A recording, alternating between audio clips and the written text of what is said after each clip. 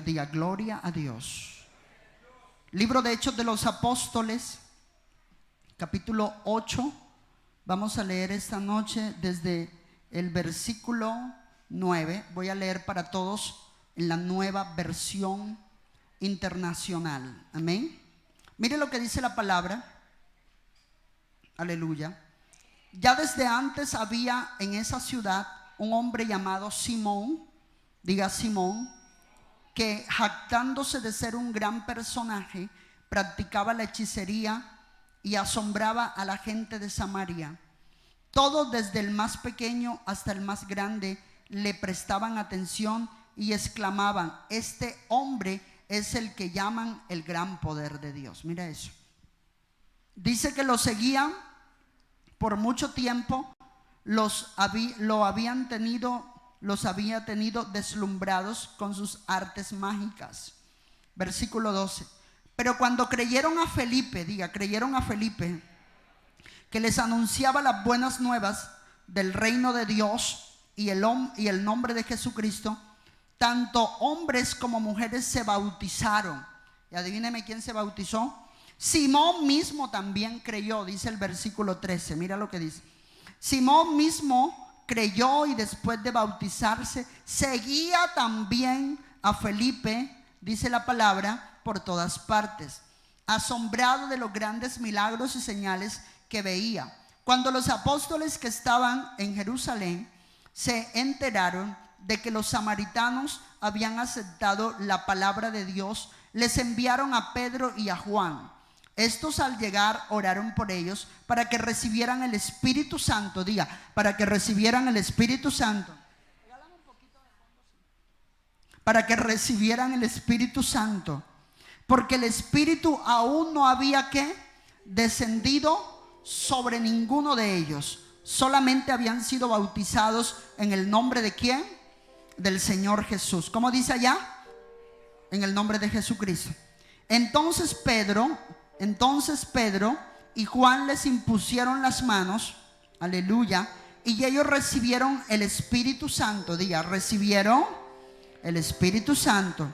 Al ver Simón que mediante la imposición de las manos de los apóstoles se daba el Espíritu Santo, les ofreció dinero y les pidió. Mire lo que les pidió: denme también a mí ese poder para que todos a quienes yo les imponga las manos reciban el Espíritu Santo. Y le respondieron: que tu dinero perezca contigo, le contestó Pedro. ¿Cómo dice allá? Entonces Pedro le dijo, pero acá primero está lo que dice y después quién lo dice. Allá está primero el que lo dijo y lo que dijo.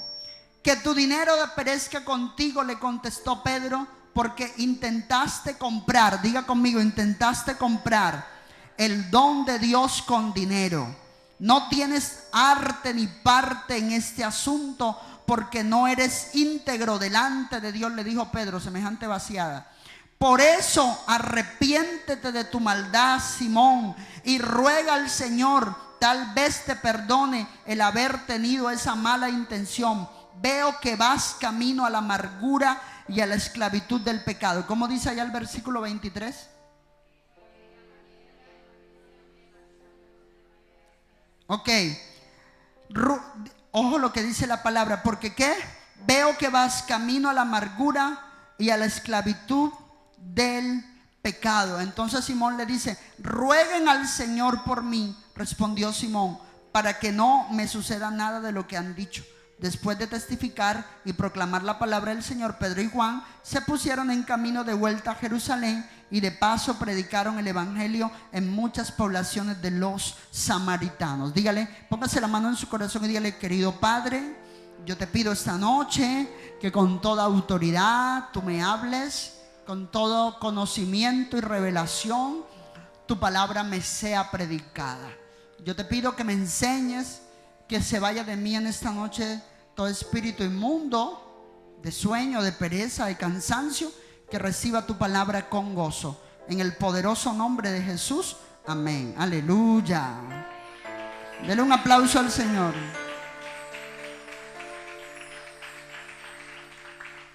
Que se vaya el espíritu de sueño y de cansancio en el nombre de Jesús.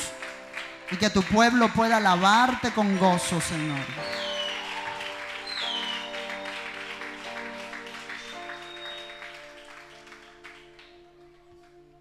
Diga conmigo en esta noche, negociando el don de Dios. Diga, negociando el don de Dios. El primer libro de los Corintios, en el capítulo 12, si puede estar allí, en el primer libro de los Corintios, en el capítulo 12, el Señor habla de los dones espirituales. Diga conmigo, de los dones. Sonido, aquí adentro. Habla de los ¿qué? De los dones espirituales. Quiero pedirle un favor a toda la congregación, a todos los que están aquí, y que de verdad esto quede marcado en nuestro corazón. ¿Cuántos aquí tienen una Biblia física? Levántenmela, a ver, quiero verla. Eso.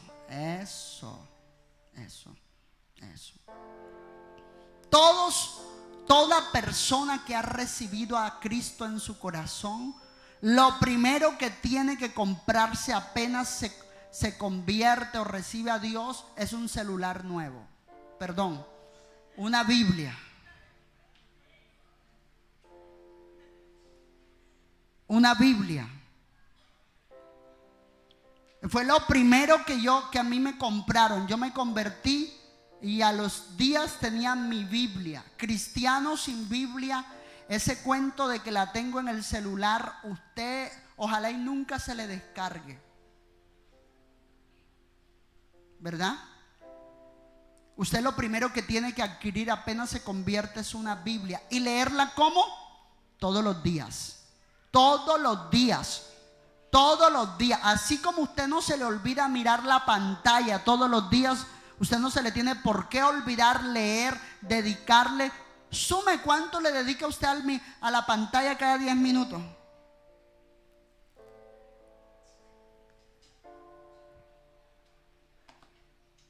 Sume cuánto da eso.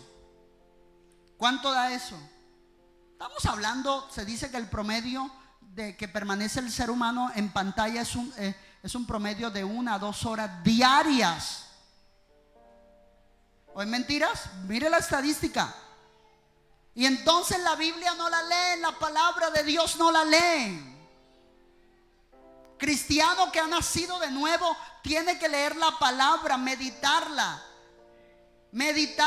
de verdad. Coja su celular y déselo a Firulay un rato y quédese con su Biblia. Vaya que el pobre Firu vea también celular, y usted póngase a leer su Biblia, porque yo los he visto que están leyendo la Biblia, entonces el celular al lado.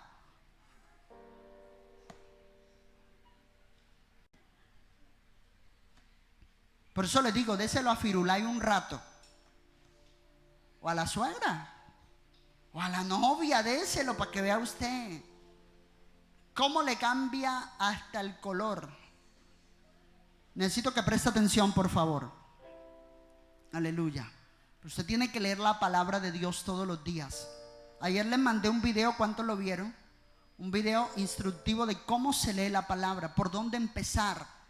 Yo lo primero que tengo que saber es, para tener una lectura bíblica ordenada, clara, directa, sin confusiones, tengo que empezar por el libro del Evangelio de Mateo. Yo me tengo que leer esos 4 evangelios, me los tengo que leer capítulo tras capítulo, o sea, después del 1, el 2. No es que hoy me leo el 15, porque así leen mucho. Un día se leen el 15, al otro el 3, después salen allá leyéndose a Jonás, después se leen por allá a Ruperta, después Esther, al día siguiente me leo a Ezequiel. No, hágame el favor. Tenga una lectura seria, esquemática. Si usted se leyó ayer el 1, el 2, hoy le toca el 3. Y le aseguro, no, pero es que acá en Isaías Dios me dio una palabra, alégrate Esther, y la que no da, entonces yo vine a apropiar de esta palabra. No, es que la palabra de Dios habla completamente en cada uno de sus versículos. Me hago entender, no hay versículo que no haya sido inspirado por el Espíritu del Señor y que no sea palabra de Dios y que no pueda bendecir tu vida. Aleluya. ¿Qué pasó esta noche aquí? Hoy están aplaudiendo con una pereza para Dios, ¿no? Entonces, ¿qué pasa? La palabra de Dios habla en el libro de Primera de Corintios, y vamos a entrar en materia. Habla acerca de los dones espirituales. Y a mí me gusta mucho cuando hablamos de los dones espirituales, porque la primera cosa que tú tienes que entender de que un don, la diferencia entre un don y un talento es que un don está un talento está ligado a tu persona, a tu naturaleza. Y un don simplemente es un regalo. Los que cantan tienen sencillamente tienen un talento. Los que saben hacer artesanías tienen un talento. Los que saben pintar, hacer obras de arte, tienen un talento. Tienen un talento. A veces el talento nace con ellos y se desarrolla en el paso del tiempo. Lo comienzan a desarrollar. ¿Me hago entender lo que estoy hablando, hermanos? Dígame. Pero cuando hablamos de un don, estamos hablando de un regalo, un don, una habilidad espiritual que Dios te ha dado. Y la palabra de Dios dice, si el piano me regala un poquito más, la palabra de Dios habla de esos dones. Habla de los dones, el don de profecía, está de los dones de sanidad, está de los dones de lengua, interpretación de lengua, habla de diversos dones, dice la palabra. Ahora bien, hay diversos dones, pero el Espíritu es el mismo, dice la palabra. El Espíritu dice, a uno se les da por el Espíritu palabra de sabiduría, dice palabra de conocimiento, otros don de fe por el mismo Espíritu, a otros por el mismo Espíritu dones para sanar enfermos, a otros dones de poderes para hacer milagros, a otro profecía, discernimiento de espíritus, el hablar en diversas lenguas, a otros el interpretarla. Todo eso lo hace ¿quién? El Espíritu Santo. Ahora, algo que yo puedo comprender de la lectura que hicimos en el libro de Hechos: todo cristiano que ha nacido de nuevo y que ha sido enviado por Dios, por favor, necesito que mientras escribe también esté atento. Todo creyente que ha sido enviado por Dios, si usted se lee la palabra de Dios en el Evangelio de Mateo capítulo 28, se lee también la palabra en el libro de Marcos capítulo 16. Son los dos capítulos más enfocados en la gran comisión. Ahí las va a encontrar. ¿Qué es la gran comisión? La gran comisión es no solamente el mandamiento, como muchos predicadores lo dicen, donde el Señor manda a la iglesia a predicar el evangelio. No, la gran comisión también es la delegación que el Señor le da a la iglesia de su propio ministerio. Aleluya. ¿Usted me entiende lo que estoy hablando? El ministerio del Señor lo describe el apóstol Pablo en una de sus cartas cuando dice: se nos fue dado a nosotros el ministerio de la ¿qué? ¿De la qué? Oh, sonido, ¿qué pasa conmigo? Que no me siento con potencia ni afuera ni adentro. Mira, acá esto está que me estalla los oídos, pastor. Aleluya. ¿El ministerio de la qué? De la reconciliación. ¿Cuál era el ministerio del Señor Jesús? No, él era maestro, pero no era su principal ministerio. Él era profeta, pero no era su principal ministerio. Era apóstol, pero no era su principal ministerio. Era evangelista porque predicó el evangelio, pero no era su principal ministerio. ¿Sabes que el ministerio del Señor es un ministerio particular? Y el apóstol Pablo lo describe en una de sus cartas y dice: el ministerio del Señor que se nos fue dado es el ministerio de la reconciliación.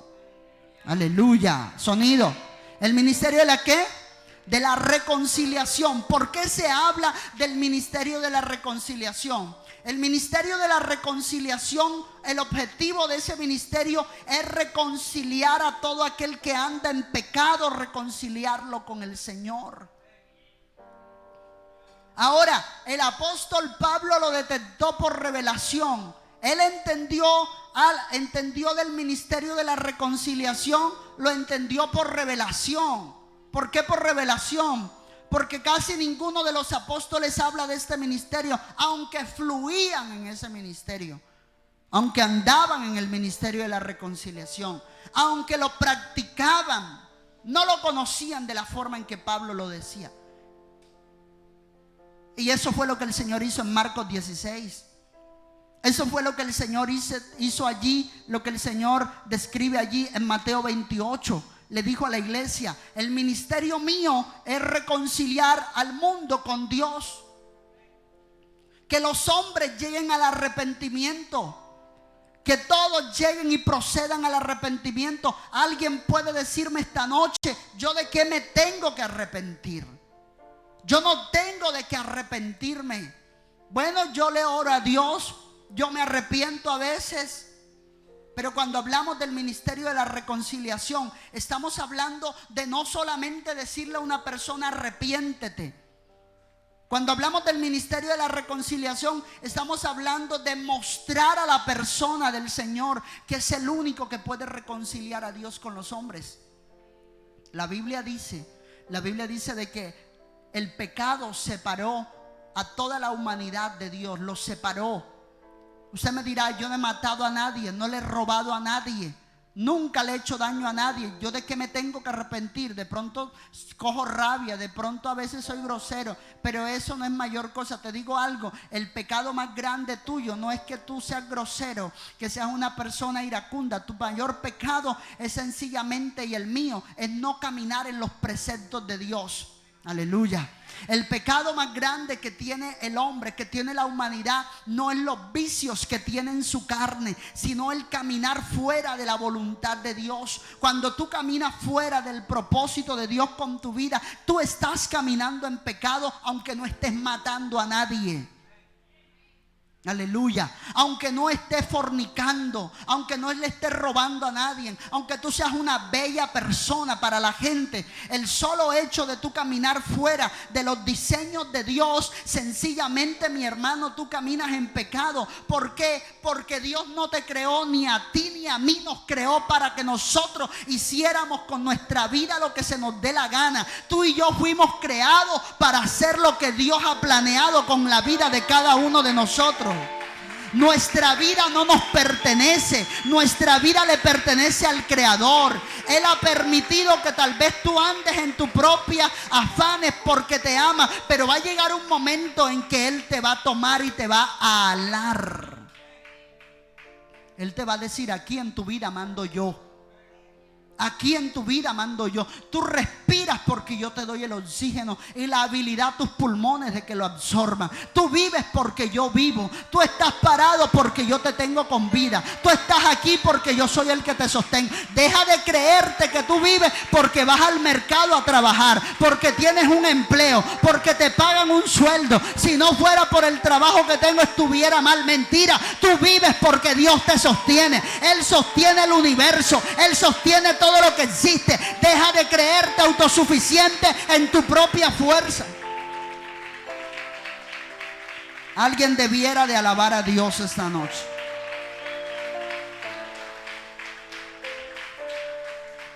Usted puede entender lo que estoy hablando. Usted no necesita matar a nadie para estar en pecado. Usted no necesita robarle a nadie para que Dios lo llame pecador. El solo hecho de usted, como decían antes, no voy a usar la expresión, es muy fea. El solo hecho de usted caminar fuera de los preceptos de Dios, imagínensela. Por telepatía se las estoy mandando. El solo hecho de usted caminar, orinar fuera del tiesto. El solo hecho de usted caminar fuera de los diseños de Dios, usted está en pecado. El solo hecho de usted hacer con su vida su propia voluntad, usted y yo estamos en pecado. Porque la Biblia dice que Dios no nos hizo para nosotros mismos. Lo dice la palabra. Y el Señor le disgustó eso. ¿Sabes una cosa? Yo lo expliqué hace un tiempo atrás. Alguien dirá: por una frutica Dios despidió a Adán y Eva del huerto. Es que el problema no fue que ellos se comieron la manzana, porque muchos creen que fue una manzana. Yo me atrevo a decir que fue una guayaba, una guanábana, no sé. No fue una manzana, señores. Dice una fruta, un fruto. El fruto que producía ese árbol. El problema no era que Dios se resintió. Yo me imagino si tal vez Adán hubiese sido costeño. Por una fruta, ¿cierto? El problema no fue que por una fruta Dios se separó del hombre. El problema es que Dios, que sí conoce cómo opera y cómo actúa el mundo espiritual, señores, entienda que cuando usted le deja de obedecer a Dios y le obedece a otra persona que no es Dios, usted la está haciendo su Señor. Así lo mira Dios. Dios no te va a decir, es que el problema, Adán, no era la fruta. El problema es que eso no lo hiciste guiado por mi espíritu, sino por sugerencia de la serpiente. Así que la serpiente a partir de hoy es tu Señor. Cada vez que tú le das obediencia a algo que no viene de Dios, tú, aunque no lo creas, en el mundo espiritual, tú le estás cediendo autoridad e influencia en tu vida. Quiero que entiendas eso, porque alguno tal vez ha dicho, por una frutica, por una manzanita perdió Adán y Eva el paraíso. No, el problema no fue la fruta, porque la Biblia dice que inmediatamente en el huerto del Edén estaba el árbol de la vida allí. Pero ese fruto del árbol de la vida que representaba a Jesucristo no lo iba a comer cualquiera, a menos que en su corazón hubiera arrepentimiento. Es que Jesús ya estaba en el huerto del Edén plantado. Aleluya, aleluya. ¿Me entiende lo que estoy hablando? Ahí estaba. Pero no era el tiempo, no fue el tiempo. Dios dice, no van a comer del árbol de la vida enseguida. No, Señor, eso no es así. Que yo como el fruto de la muerte cuando se me dé la gana, y el de la vida, y empato con la vida.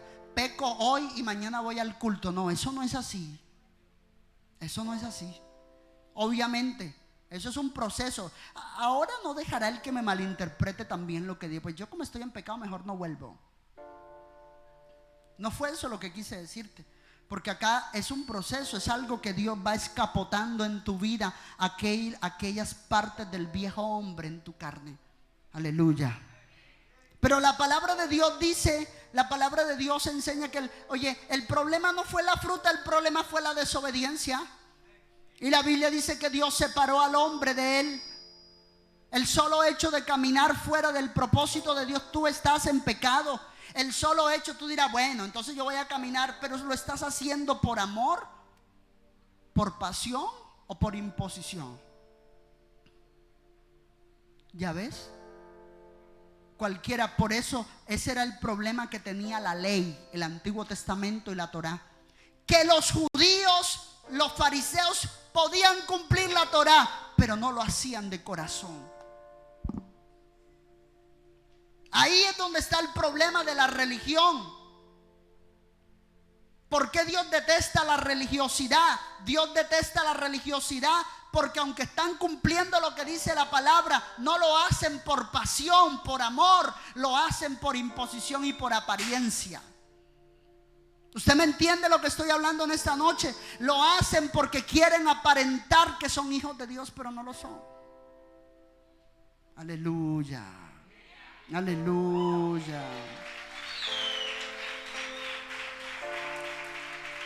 Y es allí donde se prueba. Es allí donde ¿Por qué tienes que pasar por una prueba? Para que se separe de tu vida la pasión que sientes por Dios versus la apariencia que quieres darle a la gente de que si eres un cristiano. La prueba separa tu verdadera pasión. Separa tu verdadera pasión de tu apariencia. El proceso que estás viviendo te va a llevar de ser un aparentador a convertirte en un apasionado.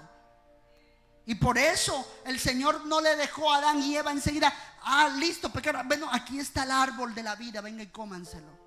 Y ya, no pasó nada. Yo voy a hacer de cuenta, Dios pudo haber dicho, no pasó nada. Yo voy a hacer de cuenta que no pasó nada. Y todo en paz, ¿cierto, Adánchus? ¿Cierto, Evita? ¿Todo bien? Maravilloso, listo. No se pongan ropa, no tienen necesidad. Dios pudo haber hecho las que hago yo a veces aquí con la gente de la iglesia. No ha pasado nada. Para que no le da a uno ni taquicardia, ni arritmia, ni nada. No ha pasado nada. Obviamente uno como pastor sabe en el corazón y en el interior que la gente si no ha nacido de nuevo va a pelar el cobre, dicen por ahí. ¿Y dónde te vas a tú dar cuenta de que realmente alguien te ama? Cuando tú pones a una persona en aprietos, cuando tú llevas su amor al extremo, cuando tú llevas sus acciones a un punto de colmo. Ahí es donde tú te das cuenta. Por eso dice la palabra: el amor nunca deja de ser. Tiene que permanecer en aprieto y en no aprieto, en problemas y en no problemas, cuando hay y cuando no hay, cuando estás enfermo y cuando estás sano. Porque Dios te quiere llevar de que tú seas una persona que vivas un cristianismo de apariencia para que vivas un cristianismo de pasión. Mira, cuando una persona sirve a Dios por pasión, nunca renuncia. Nunca renuncia, siempre está allí. ¿Sabes por qué? Porque a él no le borra ni le apaga la pasión la circunstancia, porque él entiende que su pasión está puesta en la persona de Jesucristo y no en las circunstancias que lo rodean. Aleluya.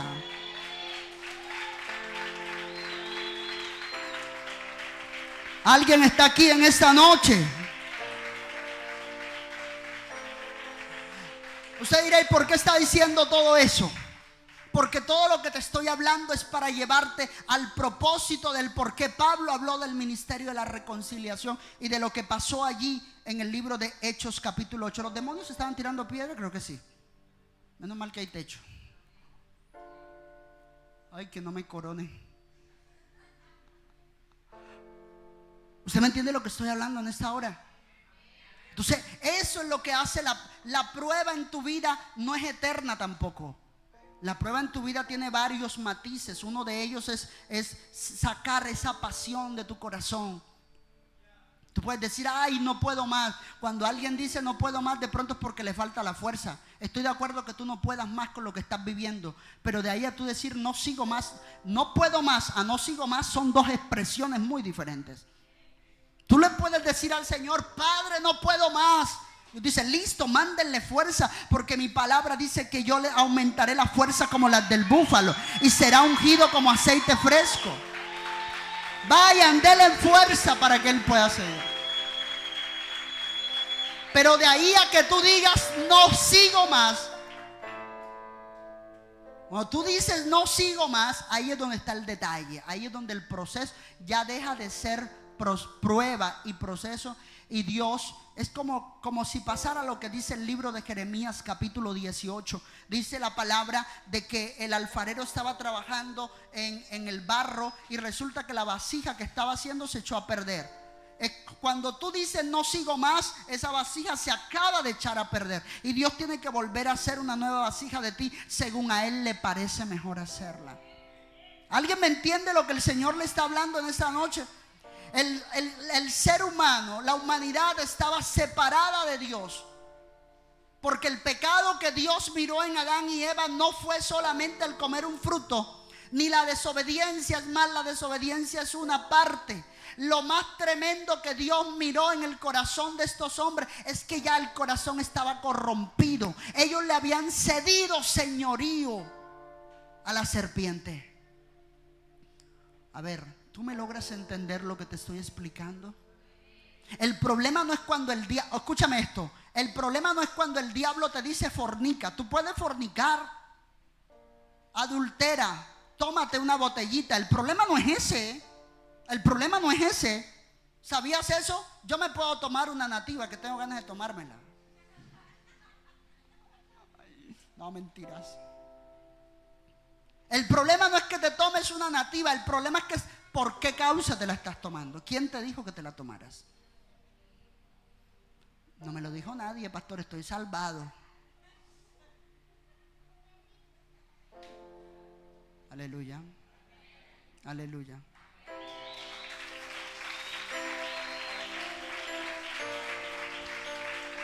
Hermanos, no se pongan bravos, estoy enseñando, ¿verdad? Lo que pasa es que yo me meto tanto en la palabra que tomo la forma de la voz de la palabra que estoy dando. Todo el mundo cree que estoy aquí como fresco, que yo estoy bien. Tómame la temperatura, estoy fresco aquí. El problema no es tu pecado, el problema es por qué lo estás haciendo. Pablo dijo: puedes pecar por tu concupiscencia porque tu carne te pide el pecado. O puedes pecar porque la serpiente está allí. Mira, ay, cómo está de buena. ¿Entiendes eso? Y Dios no está mirando solamente lo que hace. Dios está mirando quién te lo induce. Porque Dios sabe que cuando tú obedeces la voz de la serpiente, tú la estás haciendo tu Señor. ¿Tú te imaginas? Tú estás frente a una tentación del enemigo. Señores que están aquí, tú estás frente a una tentación del enemigo y de repente caes en esa tentación. Tú puedes pararte de ahí, sacudirte y decir: mira, chica, no te conozco, no pasó nada aquí, todo bien, chévere. Tú te estás cuidando, ¿verdad? Sí, va, no pasó nada. Ese no es el problema. El problema es por qué llegaste a ese punto. ¿Quién te llevó allí? Señores, si a usted le parece no entretenido lo que estoy diciendo, avíseme, pero yo estoy hablando palabra de Dios esta noche. Por lo mismo le pedí alabanza, que de cosas me está tocando Vanessa, y eso porque quiero mantener un ambiente algo bueno aquí. Pero venga, el problema es por qué llegaste a ese punto. ¿Por qué llegaste allí? Y eso fue lo que Dios vio en estos señores, Adán y Eva. El problema de ustedes fue que le obedecieron a la serpiente. No pueden pretender ahora llamarme Señor. ¿Cómo me van a llamar Señor si acabaron de hacer o ejecutar la orden de otro Señor? Acaban de echarme, acaban de relegar el señorío mío sobre la vida de ustedes. El problema no es el pecado que cometes, sino a quién le estás obedeciendo cuando lo haces.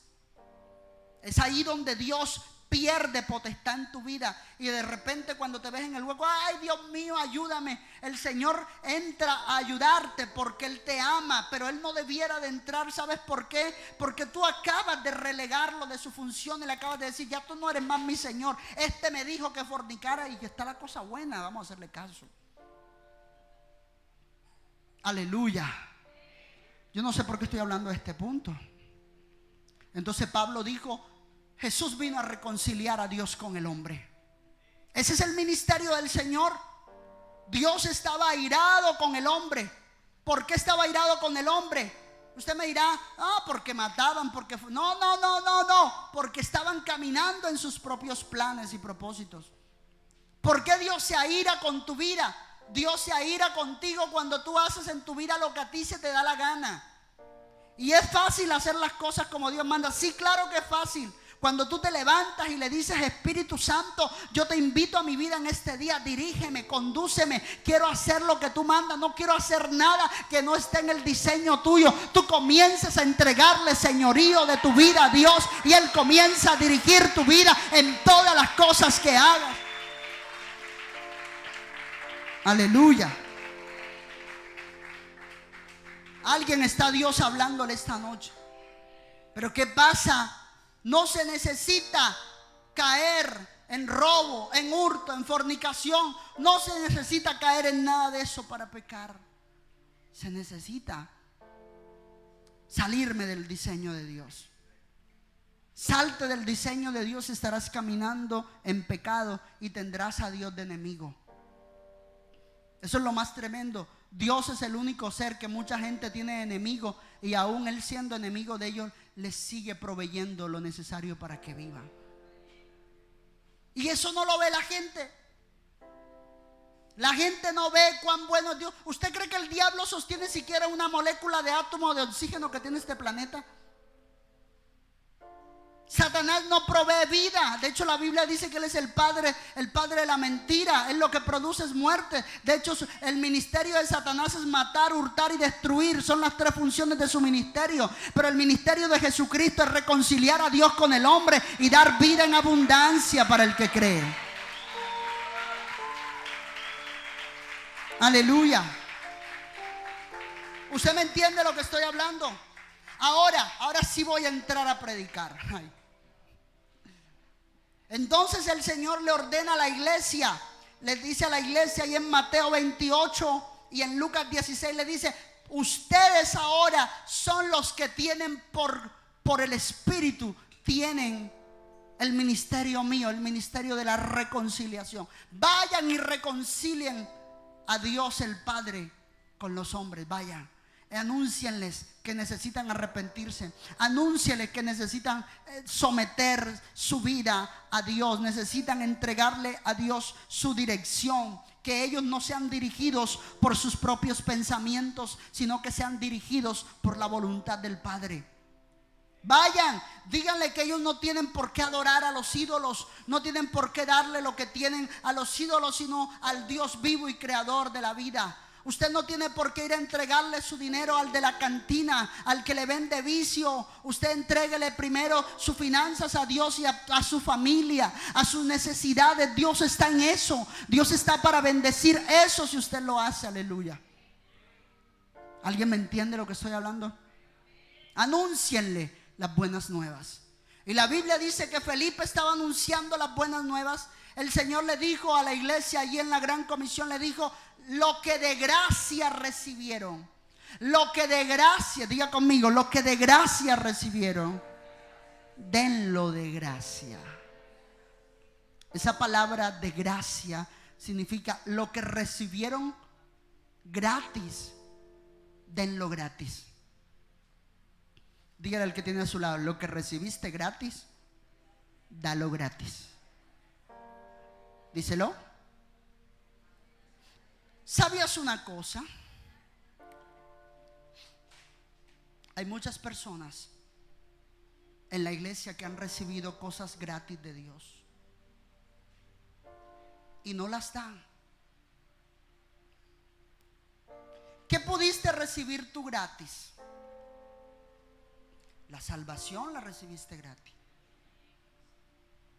Que tu nombre esté escrito en el libro de la vida, lo recibiste gratis.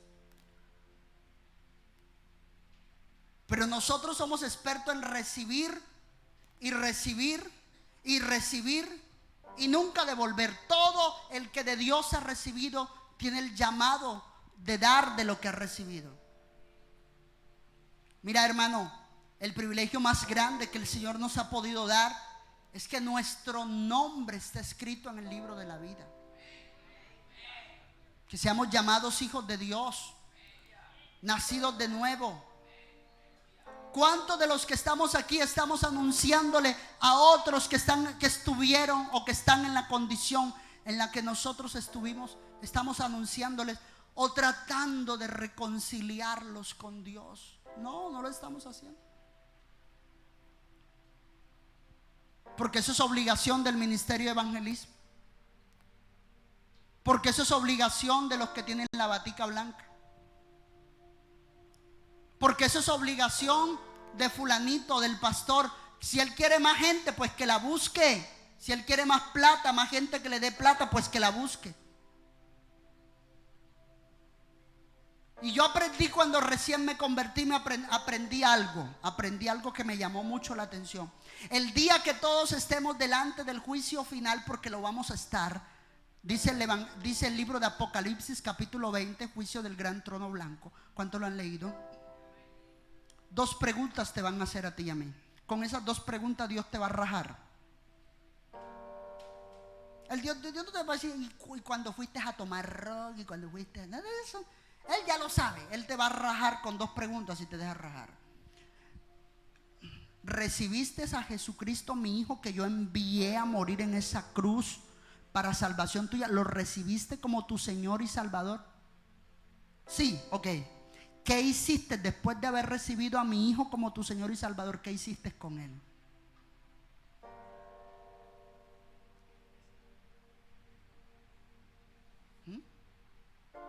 No, yo lo recibí. Por eso, ¿qué hiciste con él? No, pues yo iba todos los días a culto. Esa no es la pregunta que el Señor te está diciendo. Te está diciendo, cuando te dice ¿qué hiciste con él? Te está diciendo, ¿predicaste de él? Yo voy a decir algo y espero que a los que me están aquí, ¿cuánto podemos saber? Como 50, 60 vemos aquí esta noche.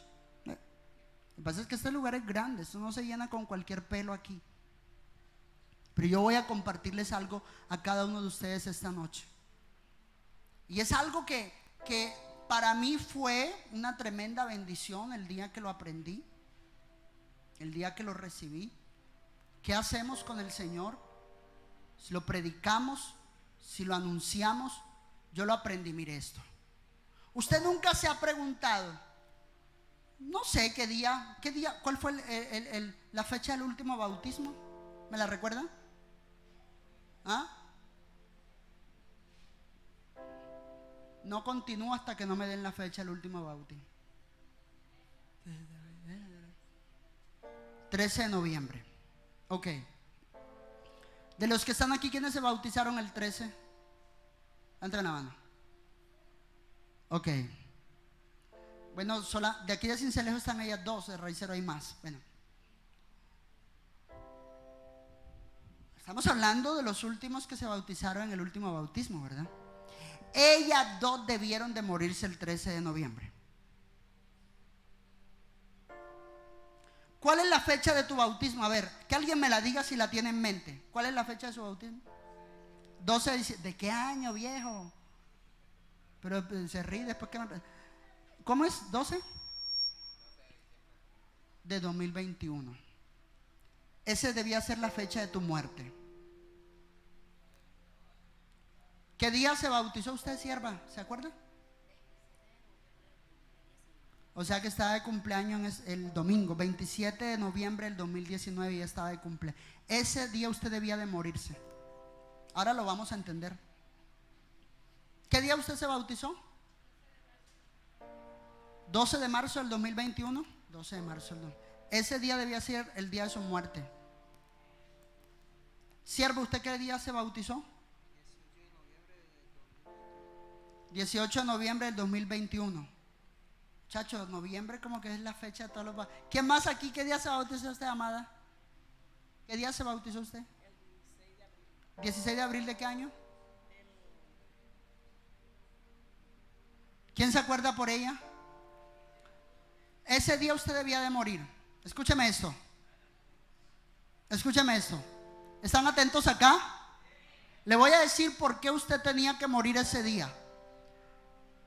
Porque ese fue el día en que usted declaró públicamente que Jesucristo iba a empezar a ser, o era su ¿qué? Su amo, ¿verdad? Ese día usted se apropió directamente del regalo de la salvación a través de ¿qué? Del bautismo. ¿Cuántos se conectaron el domingo de conexión? ¿Cuántos bautismos hay? El del agua, el del Espíritu y el bautismo en la sangre de Cristo. ¿Cierto? Ese día usted debía de morir. Pues si ya usted fue salvo, ¿qué hace en esta tierra? Usted fue salva. Ese día usted recibió la salvación. ¿Qué hace en esta tierra? Señores que están aquí, por favor, yo sé que de arriba me veo un poquito más grande, pero abajo no soy menos digno de que me preste atención.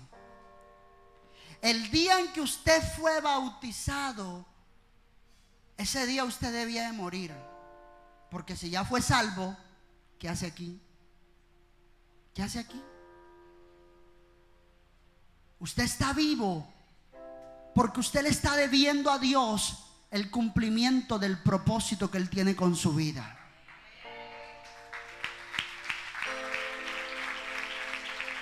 Aleluya. Ese aplauso es para el Señor, hermanos.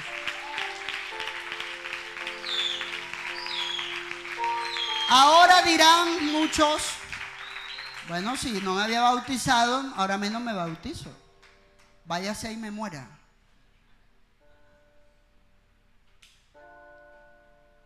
Señores, cada persona que ha recibido a Cristo en su vida y sigue con vida después de ese recibimiento, está con vida por el propósito del Señor. Usted no está con vida porque se tiene que casar. Usted no está con vida porque tiene que formar familia, porque tiene que ser rico.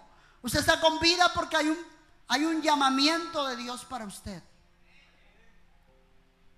Usted está con vida porque el Señor lo ha sellado, lo ha escogido, no solo para salvación, sino para el cumplimiento de su palabra, para que usted le predique a alguien, para que usted reconcilie a alguien con Dios, para que alguien que necesita de Dios, usted le predique. Hay mucha gente en los lomos suyos. Usted no sabe cuánta gente ha todavía de recibir a Cristo por la existencia suya en esta tierra. Tal vez a esa persona le ha predicado un poco de gente, pero nadie le va a predicar a esa persona para ganárselo para Dios como lo va a hacer usted el día que le predique. Hay alguien que está esperando por el mensaje de salvación que usted tiene que darle. Aleluya. Alguien está esperando por eso.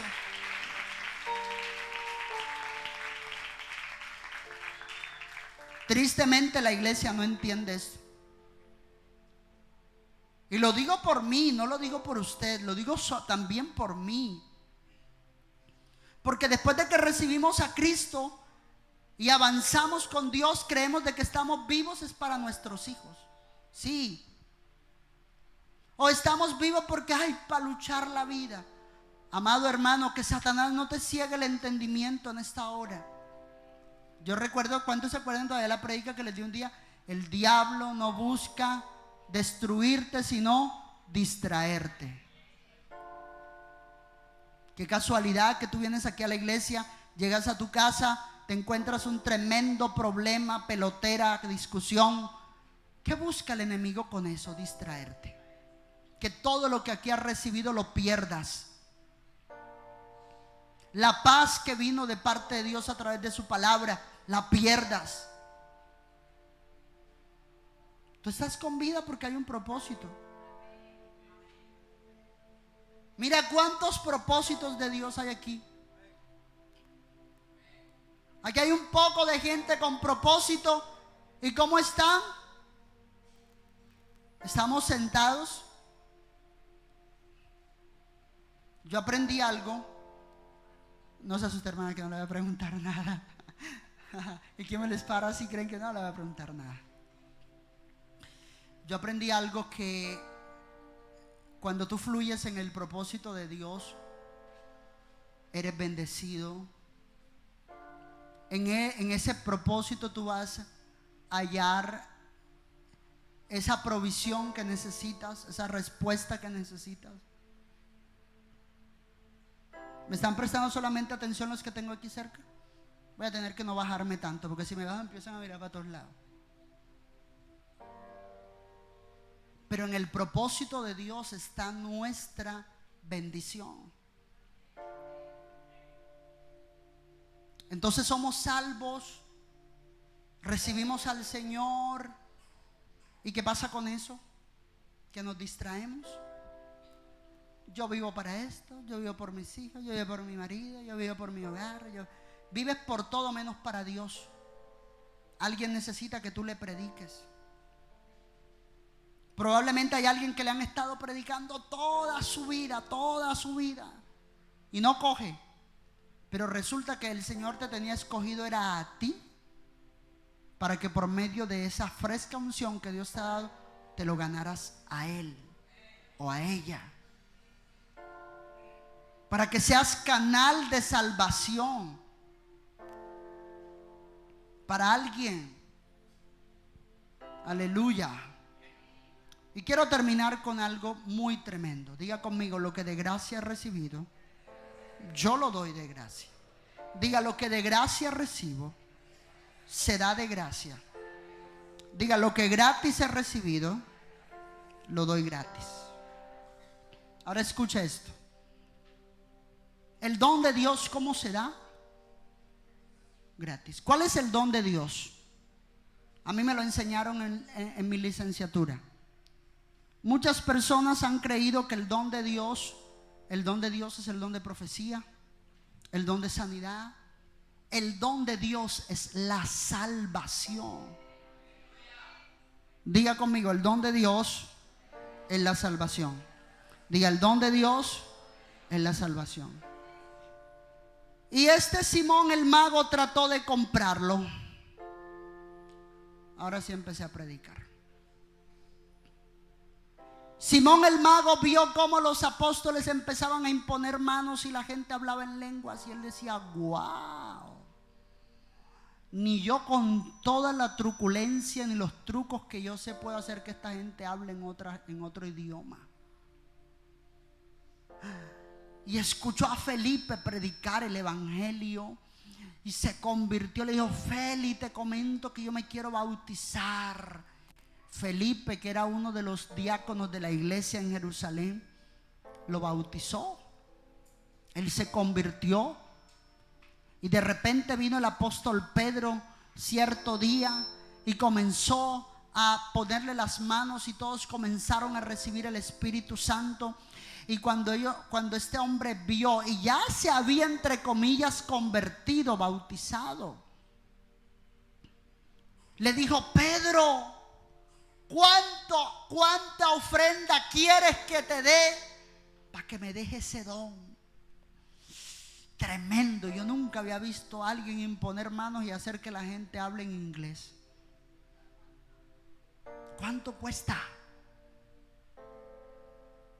Yo siempre me hice la pregunta: ¿por qué Pedro le respondió así? Pedro le hubiese dicho: no hombre, sí, no hombre, Simón, no, ¿cómo se te ocurre? El don de Dios no se compra, Simón, no, ¿cómo se te ocurre, Simón? Mira, te voy a explicar qué es lo que enseña la palabra. La palabra enseña que lo que de gracia recibiste, damos de gracia. Esto no tiene precio. ¿Cuál cree usted que hubiese sido la mejor forma para responderle a este hombre? ¿Cierto que sí? La mejor forma en la que se le podía responder a Simón era así, pacíficamente, explicándole, porque bueno, el hombre era ignorante de la palabra, había que explicarle. Y la Biblia no dice que Pedro le explicó. La Biblia dice que Pedro se le puso como violento, así como se le pone uno de los hermanos aquí ancianos, que usted no sabe ni qué le pasa. Usted le habló de una cosita y ellos le responden con 3 piedras en la mano. Usted los ha visto aquí en MPC, yo los he visto y los tengo. Aquí aprovechando la oportunidad para tirarles el piedrazo. ¿Cierto?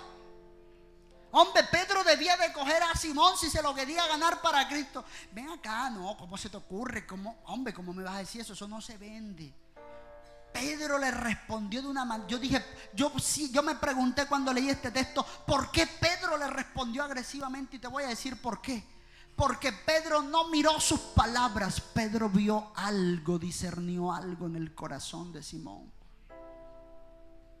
Porque se supone que cuando alguien se bautiza es porque se ha convertido, o por lo menos es una persona que está dando muestra de cambio. Así sea que cambie de uña todos los días, pero está dando muestra de cambio. ¿Cómo va a salir Simón después de haber recibido la palabra diciéndole al apóstol Pedro que le venda el don que tiene? Pedro vio en él un espíritu inmundo. Pedro vio en él de que era una persona que había ido a las aguas o se había bautizado solamente para dar una apariencia de cristiano, pero que no se había convertido. Eso fue lo que Pedro vio en él. Pedro no vio en él arrepentimiento. Pedro no vio en él un cambio. Este hombre, lo que vio en este hombre Simón, fue una persona sencillamente que estaba buscando una oportunidad, o un oportunista para seguir ganando plata. Y eso no es todo. Cuando Simón le dice: mira, ¿cuánto cuesta el don para que me lo des? Estaba tratando de comprar el Espíritu de Dios con una parte del espíritu de Mamón. Aleluya. ¿Quién es el Dios de las riquezas de este siglo? Mamón. Así se llama el espíritu de ese mundo. Yo los he visto, pastores, cambiar profecía por plata. Yo he visto pastores ir a predicar a una parte por ofrenda. Están haciendo lo mismo.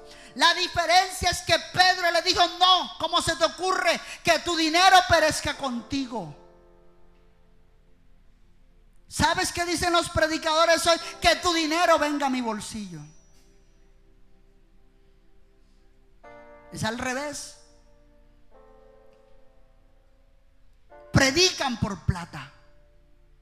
Si usted, alguna persona, si usted le quiere colaborar con los pasajes, eso es otra cosa. Pero si usted, alguien, mi querido hermano, usted quiere comprarlo con dinero, el don que tiene, mi hermano, que tu dinero perezca contigo. El don de Dios no tiene valor ni precio. Una oración no tiene precio. Yo he visto profetas imponer manos a cambio de plata. Yo he visto pastores predicar a cambio de plata, convertir el ministerio en un negocio.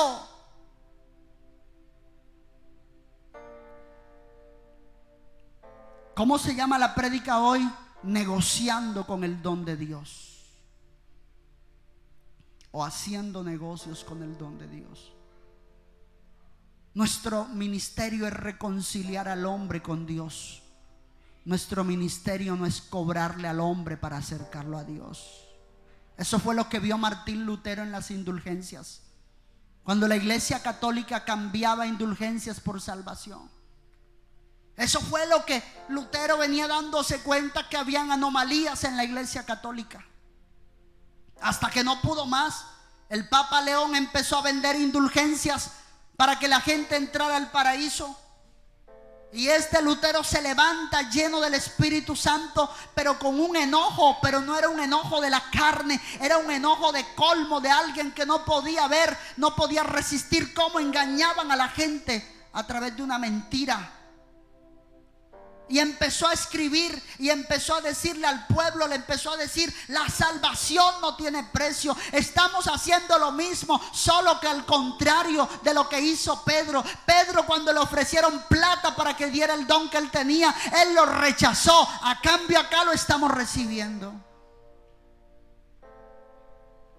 ¿Usted ha visto iglesias? Aquí no pedimos dinero, no le pedimos plata por visita, no le pedimos plata por oración, no le pedimos plata por intercesión, no le pedimos plata por imposición de manos. Nadie se quiere congregar aquí, pero donde le pasan, venga, corra, selle, parte la palabra, ponga aquí, traiga aquí. Allá les gusta ir. El Señor está buscando una iglesia que camine por amor a su palabra y no por amor al dinero. El don de Dios no tiene precio. El don de Dios no tiene precio. No lo tiene. El don de Dios no tiene precio. Dile al que tienes a tu lado: el don de Dios no tiene precio. No hay ofrenda que tú puedas dar que lo compre. No tiene precio. A mí me han venido: pastor, ¿cuánto usted me va a cobrar? Nada.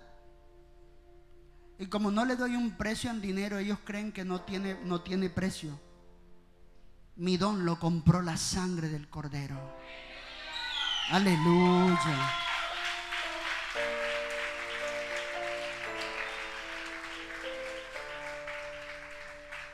Quiero que lo sepas hoy. No negocies con el don que Dios te ha dado.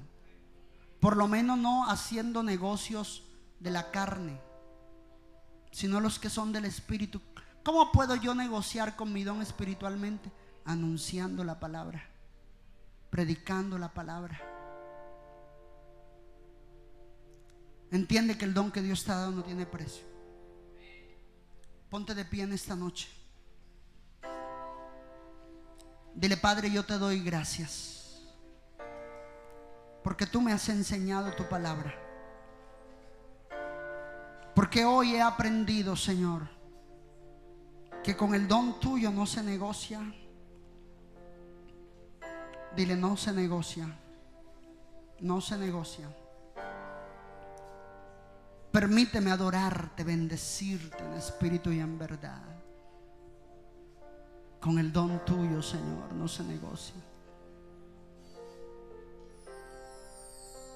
Yo voy a recibir tu palabra con verdad, en el nombre de Jesús.